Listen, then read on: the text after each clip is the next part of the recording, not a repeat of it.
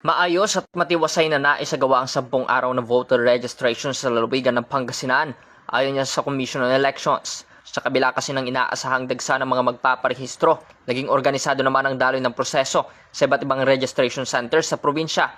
Nagtupad din ng sistematikong pila, maagang pagbubukas ng mga satellite booths at tuloy-tuloy na serbisyo ang mga lokal na opisina ng COMELEC katuwang ang mga barangay at volunteer groups. Kasama sa mga tumanggap ng aplikasyon ng mga bagong botante, maging ang mga nais magpa-reactivate o mag-update ng kanilang voter records. Ikinatuwa rin niya ng mga opisyal ang aktibong partisipasyon ng kabataan na bumubuo ng malaking porsyento ng mga bagong rehistrado.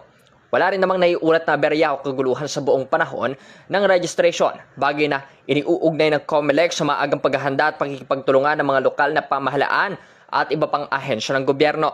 Para sa programang Bombo Reports First Edition, Patrol numero 4, Bombo Justin Ramos nag-uulat. This is Bombo Radio Philippines, the #1 and most trusted source of news and information, Basta Radio. Bombo!